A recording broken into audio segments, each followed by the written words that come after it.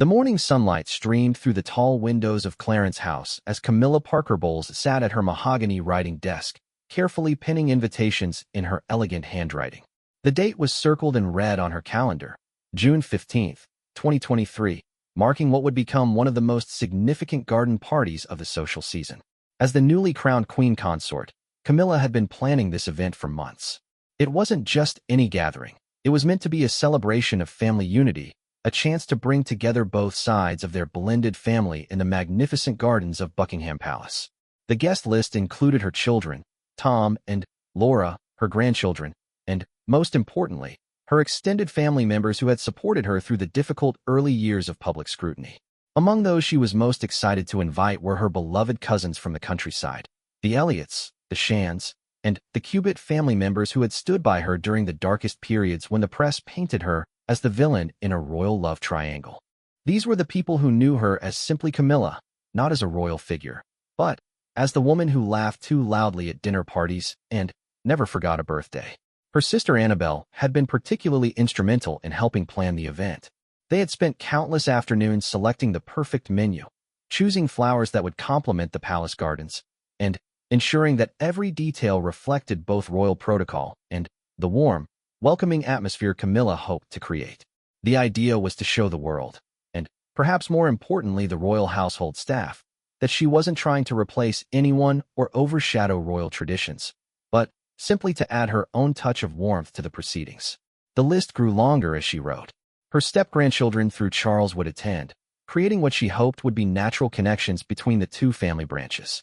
Prince William and Catherine had already confirmed their attendance, and even Harry had sent word that he might make an appearance during his brief visit to London. Everything seemed to be falling into place perfectly. But as Camilla sealed each invitation with the official wax seal bearing her new royal cipher, she had no idea that these carefully planned celebrations would soon become the center of a storm that would shake the very foundations of her new position within the royal family. The first sign of trouble came 3 days later when Charles returned from a private meeting with his private secretary. His usual jovial demeanor seemed subdued as he entered their private sitting room, loosening his tie with an expression Camilla had learned to recognize over their decades together. It was the look he wore when dealing with particularly complex royal protocol issues. "Darling," he began carefully, settling into his favorite armchair, "we need to discuss the guest list for your garden party." Camilla looked up from her correspondence, immediately sensing the tension in his voice. "Is there a problem with the catering? I know the numbers are higher than usual, but I thought the household had approved everything." Charles shifted uncomfortably, a gesture that seemed at odds with his usual composed royal bearing. "It's not about the catering. The palace has raised some concerns about the appropriateness of certain attendees." The word appropriateness hung in the air like a cold mist. Camilla felt her chest tighten as she realized where this conversation was heading. After years of careful integration into royal life, after proving herself time and again to be a dedicated and hard-working member of the family, she was still facing questions about her background and connections. "Which attendees are they concerned about?" she asked, though she suspected she already knew the answer. Charles looked out the window toward the gardens where workers were already beginning to prepare for the event. "Your extended family members. The palace feels that with the current media attention surrounding the coronation aftermath, it might be prudent to limit the guest list to immediate family and established royal connections."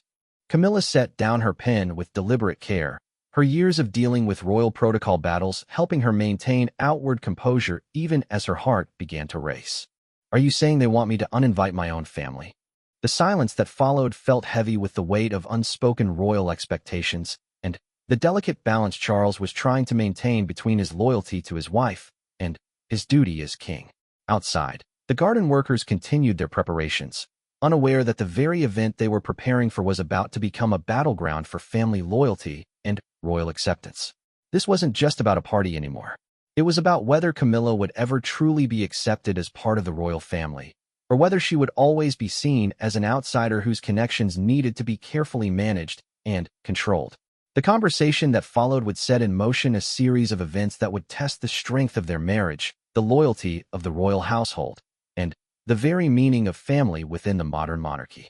As Charles struggled to find the right words to explain the palace's position, Camilla realized that her dream of a warm family gathering was about to transform into something much more complicated and painful. The golden afternoon lights streaming through the windows seemed to dim as she prepared to hear exactly how the royal machine intended to handle what they clearly saw as her problematic family connections.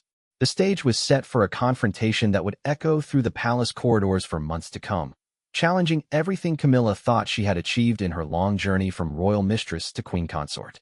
What started as a simple garden party invitation was about to become a defining moment in her royal story. The mahogany-paneled office of the king's private secretary had witnessed countless delicate conversations over the decades, but few as personally devastating as the one that unfolded on that gray London morning. Sir Clive Alderton, with his perfectly pressed suit and diplomatic bearing, sat across from King Charles, presenting what the palace machinery had determined to be a necessary course of action. "Your Majesty," Alderton began, his voice carrying the measured tone of someone delivering unpleasant news with practiced efficiency. "The communications team has conducted a thorough analysis of the potential media implications surrounding the Queen Consort's proposed guest list." Charles listened with growing unease as folder after folder was placed before him, each containing detailed background reports on Camilla's extended family members. The Palace Intelligence Network, it seemed, had been busy conducting their own investigation into people Camilla had known and loved for decades. The reports painted her cousins and distant relatives not as the warm, supportive family members she cherished, but as potential security risks and publicity liabilities. One cousin had been photographed years earlier at a party where recreational drugs were present. Another had given an unauthorized interview to a local newspaper about Camilla's childhood. A third had posted social media content that the palace deemed insufficiently respectful of royal protocol.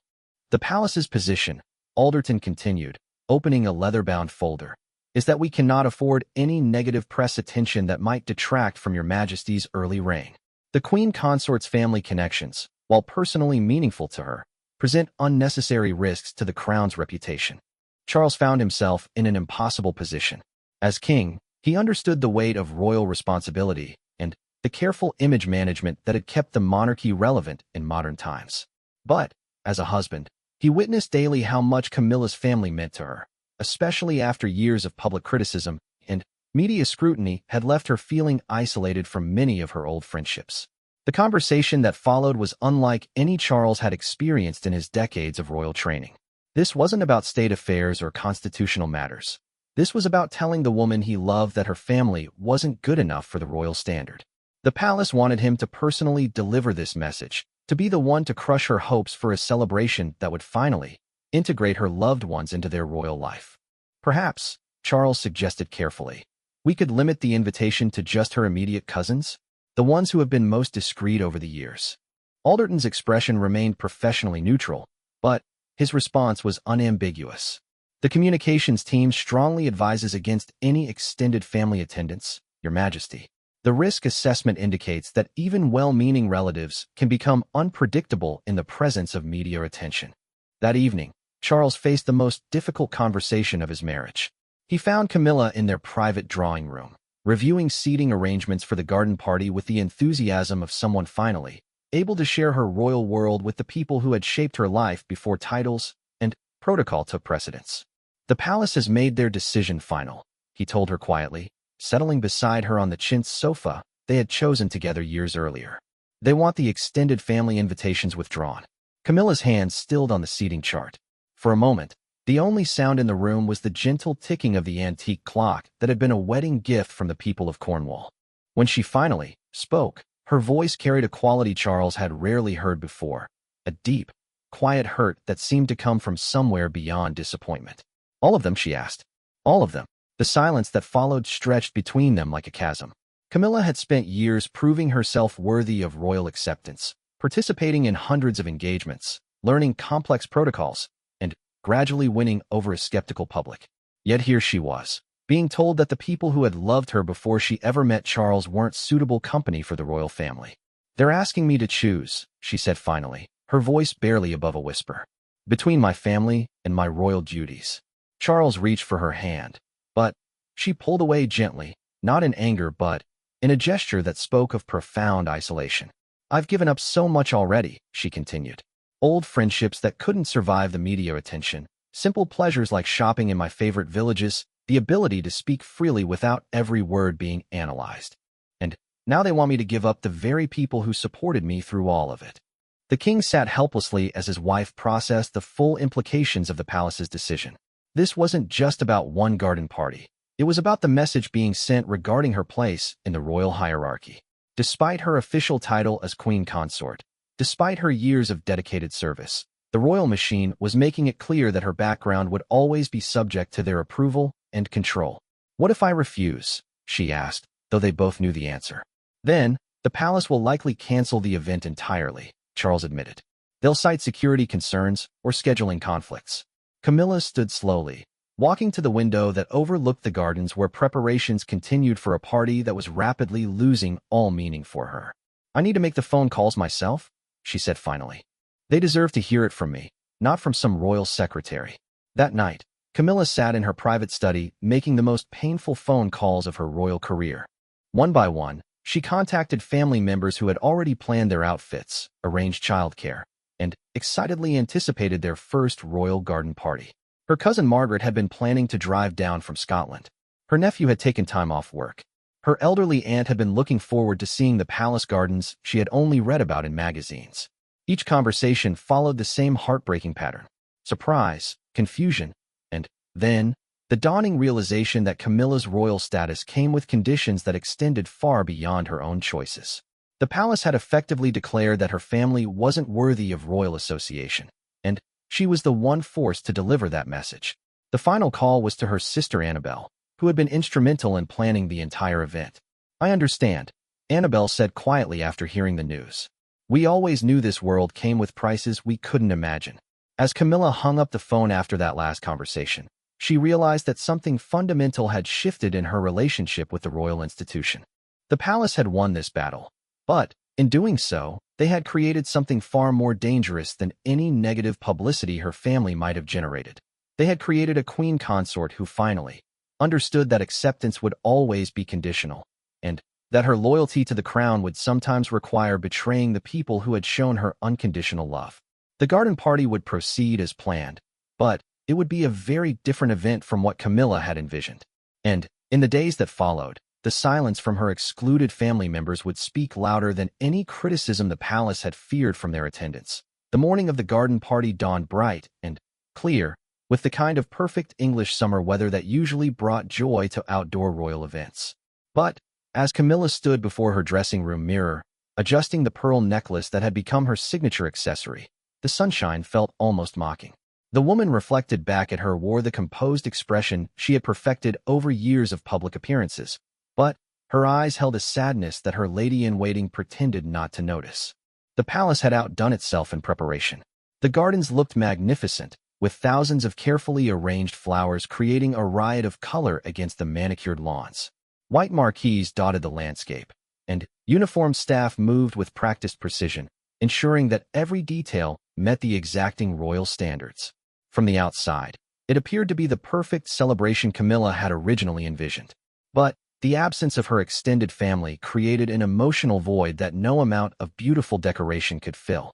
The carefully planned seating arrangements now had conspicuous gaps where her cousins should have been laughing and sharing family stories. The buffet tables, originally designed to showcase foods that would remind her relatives of family gatherings from her childhood, now felt impersonal and formally royal.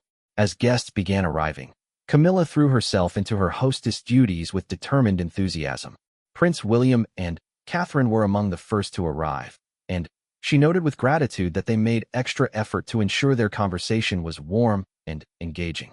They seemed to sense, with the intuitive understanding that comes from their own experiences with royal protocol restrictions, that this event held deeper significance for her than the usual royal entertainment. "The gardens look absolutely stunning," Catherine said as they walked together toward the main reception area.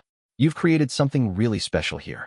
But even as Camilla smiled and accepted the compliment, she couldn't help thinking about her cousin Margaret, who had shared stories of her own prize-winning garden in Scotland and had been so excited to compare notes with the royal gardeners.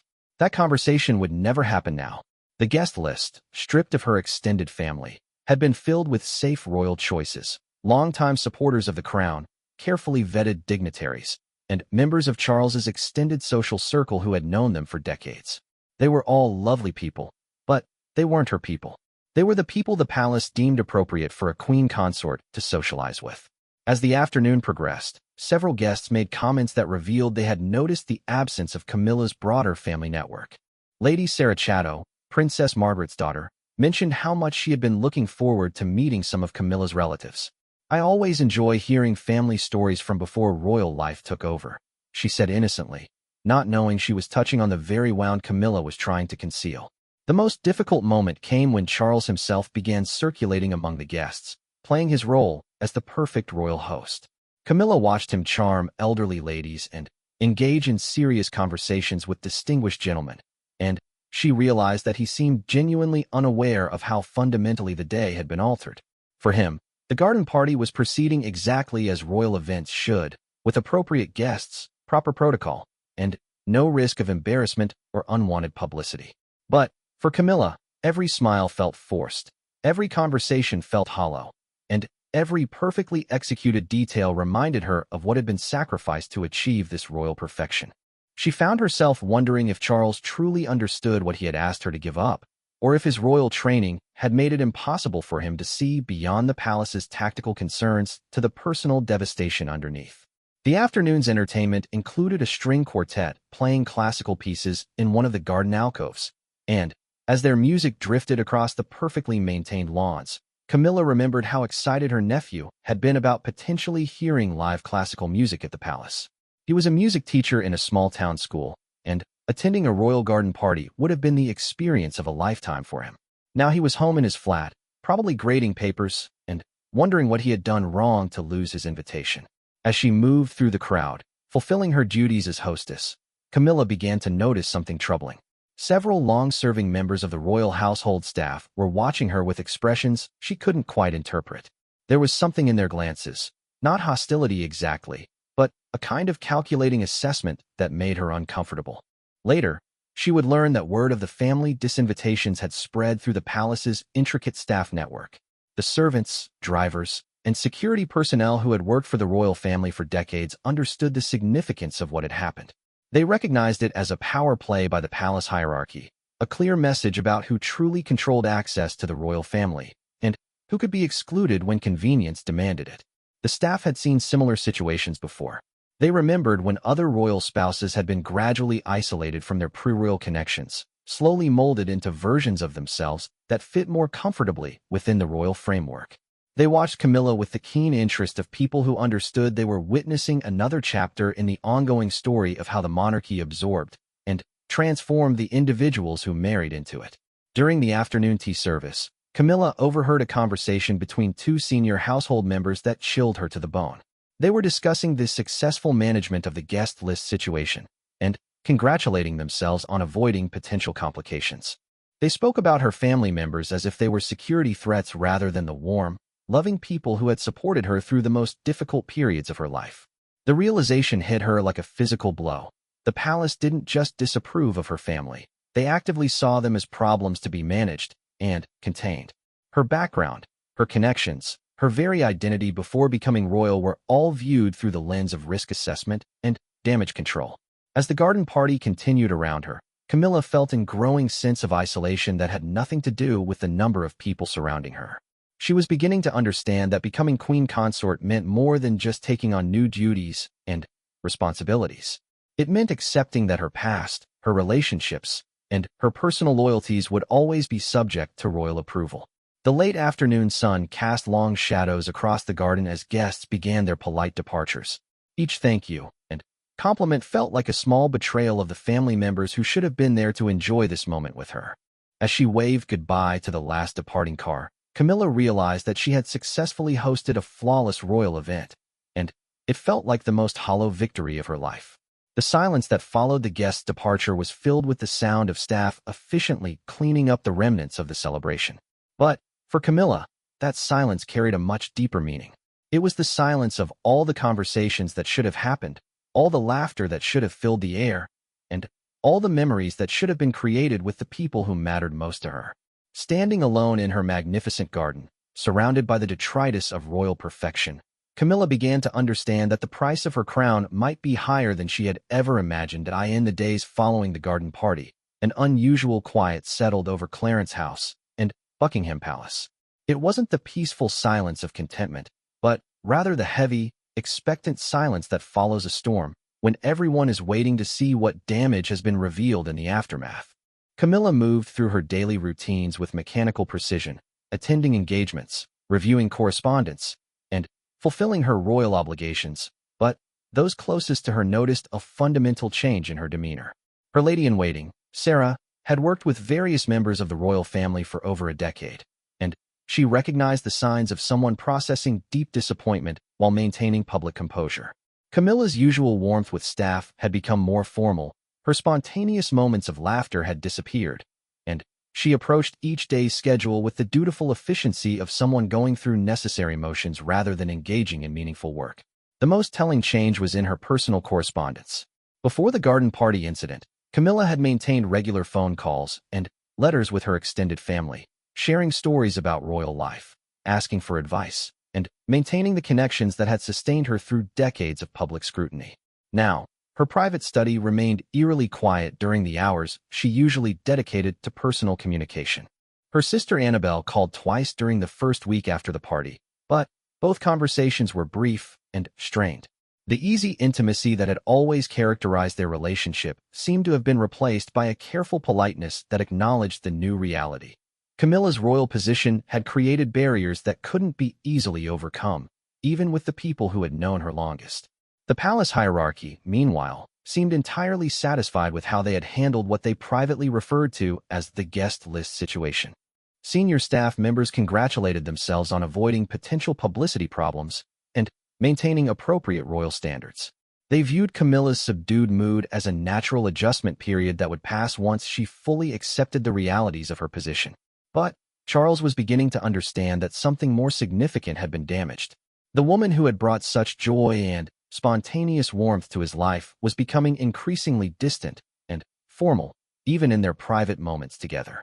Their evening conversations, once filled with shared laughter and intimate observations about their day, now focused primarily on official business and upcoming engagements. One evening, as they sat in their private sitting room reviewing the next week's schedule, Charles finally addressed the change he had been observing. "You've been very quiet lately," he said carefully, setting aside his official papers. Camilla looked up from her own correspondence, and, for a moment, he glimpsed the depth of hurt she had been carefully concealing. "I'm processing some things," she replied with the diplomatic non-answer she had perfected for public situations. "About the garden party?"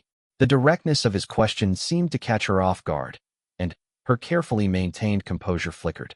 "About what it means to be truly royal," she said finally. "About what I was naive enough to think I understood, but clearly didn't." Their conversation that night revealed the full scope of what the palace's decision had cost them both. Camilla explained how the exclusion of her family had felt like a public declaration that her pre-royal life was somehow shameful or inadequate. She described the pain of making those phone calls, of watching the excitement in her relatives' voices turn to confused hurt, of realizing that her royal status had made her complicit in their rejection. "They didn't just uninvite my family," she told Charles. "They made me the instrument of that rejection. They made me choose, and then they made me deliver the message myself." Charles listened with growing understanding of how completely he had misread the situation. In his focus on managing royal protocol and avoiding potential complications, he had failed to recognize that he was asking his wife to betray some of the most important relationships in her life. The palace machinery that he had inherited and operated within for decades had efficiently solved their immediate problem while creating a much deeper and more personal crisis.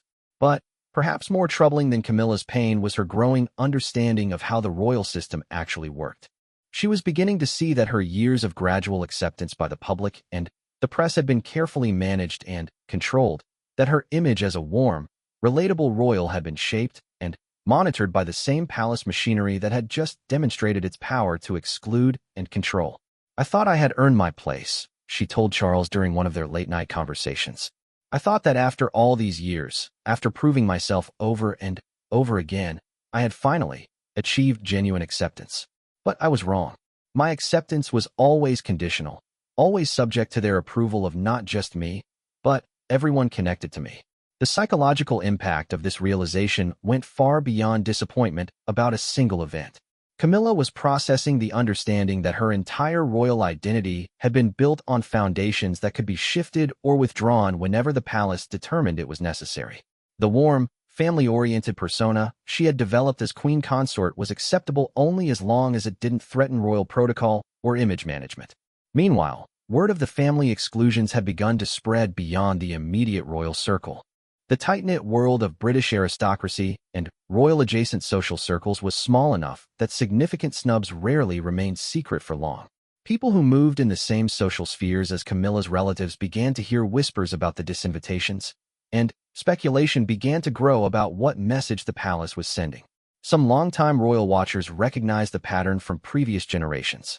They had seen how royal spouses were gradually separated from their pre-royal connections, how family and friends who didn't meet royal standards were quietly edged out of the picture, and how the monarchy's need for control eventually shaped every aspect of a royal's personal relationships. The most perceptive observers understood that this incident represented something more than typical royal protocol enforcement. It was a demonstration of power, a reminder that even the queen consort's personal relationships were subject to royal approval and control. The timing, so soon after the coronation, suggested that the palace was establishing clear boundaries about how much independence Camilla would be permitted in her new role. For Camilla herself, the silence from her excluded family members became increasingly difficult to bear.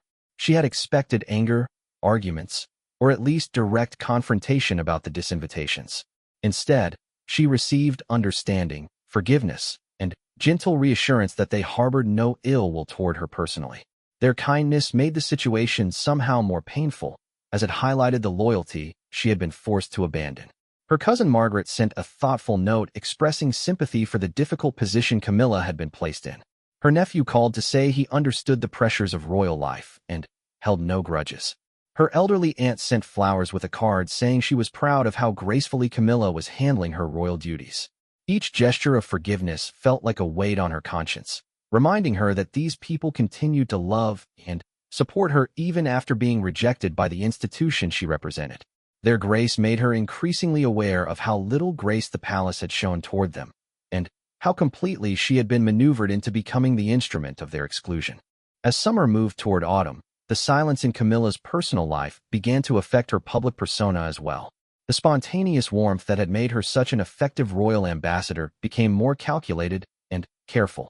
Her interactions with the public, while still professional and appropriate, lacked the genuine enthusiasm that had characterized her best moments as a working royal. The palace, focused on managing immediate public perception and avoiding negative publicity, failed to recognize that they had created a much more significant long-term problem. In their effort to control Camilla's family connections, they had fundamentally altered her relationship with her royal role and her understanding of what true loyalty meant within the monarchy. The silence that had filled the palace after the garden party was about to give way to consequences that none of them had anticipated, as Camilla began to process not just what she had lost, but what that loss revealed about the institution she had spent so many years trying to serve faithfully. 6 months after the garden party that never was. The full consequences of that fateful decision began to reveal themselves in ways that even the palace's most experienced crisis managers hadn't anticipated. The silence that had initially seemed like a successful containment of potential problems had evolved into something far more complex and ultimately more damaging to the monarchy's long-term interests. Camilla's transformation from the warm, relatable queen consort who had won over skeptical public opinion to a more distant, carefully controlled royal figure didn't happen overnight. But, by autumn, even casual royal watchers began to notice the change. Her public appearances remained professionally executed and appropriately dignified, but the spontaneous moments of genuine connection with ordinary people that had made her so effective as a royal ambassador had largely disappeared. The palace communications team initially attributed this shift to the natural adjustment period following the coronation, but, privately, senior staff members were beginning to acknowledge that something more fundamental had changed. Camilla's monthly approval ratings, which had been steadily climbing for years, began to show subtle but concerning declines. Focus groups revealed that while the public couldn't quite identify what was different, many people noted that she seemed less natural and more like the other royals in recent appearances. What the palace failed to understand was that Camilla's greatest asset as a royal had always been her authenticity, Her ability to connect with people based on genuine warmth and real empathy rooted in her own experiences of struggle and public criticism. By forcing her to choose between her family loyalties and her royal duties, they had fundamentally compromised that authenticity, leaving her to perform a version of royal dedication that felt hollow to both herself and the public she served. The ripple effects extended beyond public perception into the very heart of the royal family's private dynamics. Charles, who had initially convinced himself that supporting the palace's decision was the right choice for the monarchy's stability, began to witness the personal cost of that choice in his daily life with Camilla. The woman who had brought such joy and spontaneous laughter to his private world had become increasingly formal and distant, even in their most intimate moments. Their relationship, which had survived decades of public scrutiny, political pressure, and family complications, was facing its most serious internal challenge. The easy intimacy that had sustained them through previous crises had been replaced by polite interaction and careful conversation. Camilla no longer shared the small daily observations and gentle humor that had made their private time together such a refuge from public pressures. More troubling still was Camilla's growing withdrawal from the royal family's informal gatherings and private celebrations. She attended all required official functions with perfect royal deportment, but she no longer participated in the spontaneous family dinners, casual weekend visits, and holiday traditions that had gradually made her feel like a genuine member of the family rather than just a royal spouse fulfilling official duties. Prince William and Catherine, who had always appreciated Camilla's warmth and her positive influence on Charles, began to notice her increased formality even with them. The easy conversations about family life and shared experiences that had helped integrate her into the younger generation of royals became stilted and careful, as if she no longer trusted that any relationship within the royal family was safe from institutional interference. The most heartbreaking aspect of this transformation was how it affected Camilla's relationship with her own children and grandchildren. Tom and Laura found themselves walking on diplomatic eggshells during family visits, careful not to mention the relatives who had been excluded from royal events, conscious that their mother was struggling with loyalties that had been placed in impossible conflict. Her grandchildren, too young to fully understand the complex dynamics at play, simply knew that Grandma Camilla seemed sadder and less playful than before. The royal protection officers noted how much more formal family gatherings had become, lacking the natural warmth and spontaneous laughter that had previously characterized Camilla's relationships with her loved ones. But perhaps the most significant long-term consequence was how the incident had altered Camilla's understanding of her role within the monarchy. She had spent years believing that dedicated service, personal sacrifice, and gradual public acceptance had earned her a secure place within the royal family. The brutal efficiency with which the palace had forced her to abandon her extended family revealed that her position, regardless of titles and public ceremonies, remained fundamentally conditional. This realization led to a profound shift in how she approached her royal duties. Where she had once brought genuine enthusiasm and personal investment to her charitable work and public engagements, she now performed them with dutiful competence, but emotional distance. Her patronages began to notice that while she remained thoroughly professional and appropriately supportive, the personal passion that had made her such an effective advocate seemed to have diminished. The charitable organizations that had benefited most from Camilla's involvement were those connected to issues she had experienced personally: domestic violence, literacy programs, and support for military families. Her ability to connect these causes to her own life experiences had made her an extraordinarily effective royal patron. But her growing sense of emotional isolation from her own family and support network began to affect her ability to offer genuine empathy and understanding to others facing similar challenges. As winter approached, the palace hierarchy finally began to recognize that their tactical victory in managing the garden party guest list had created strategic problems that extended far beyond one social event. The queen consort, who had been such an asset to the monarchy's public image and internal dynamics, was becoming increasingly distant from the very qualities that had made her valuable in the first place. Senior courtiers quietly began discussing whether some form of reconciliation with Camilla's extended family might be possible, but they discovered that the damage couldn't be easily undone. The message that had been sent about royal standards and acceptable connections couldn't be withdrawn without undermining the authority that had made the exclusions possible in the first place. Moreover, Camilla herself had moved beyond anger or disappointment to a place of cool understanding about how the royal system actually operated. She had learned that personal relationships, family loyalties, and individual preferences were always secondary to institutional needs as defined by the palace hierarchy. This knowledge made her more effective at navigating royal protocol, but it also made her far less willing to invest emotionally in relationships that could be sacrificed whenever convenience demanded. The transformation was complete by the time of the family's traditional Christmas gathering at Sandringham. Camilla participated in all the established traditions with perfect royal behavior, but the warmth and spontaneous joy that had made previous holidays so memorable for the family were notably absent. She had become exactly what the palace had wanted, a queen consort who understood her place within the royal hierarchy and the conditional nature of all relationships within that system. But in achieving this goal, the monarchy had lost something that couldn't be measured in approval ratings or protocol compliance. They had lost the authentic warmth and genuine relatability that had made Camilla such an effective bridge between the royal family and ordinary people. The silence that had filled the palace after the garden party had ultimately revealed that some prices for royal perfection were too high to be worth paying. As the year drew to a close, Camilla stood once again at the windows of Clarence House, looking out at gardens that would never again represent the joy of bringing together the different parts of her life.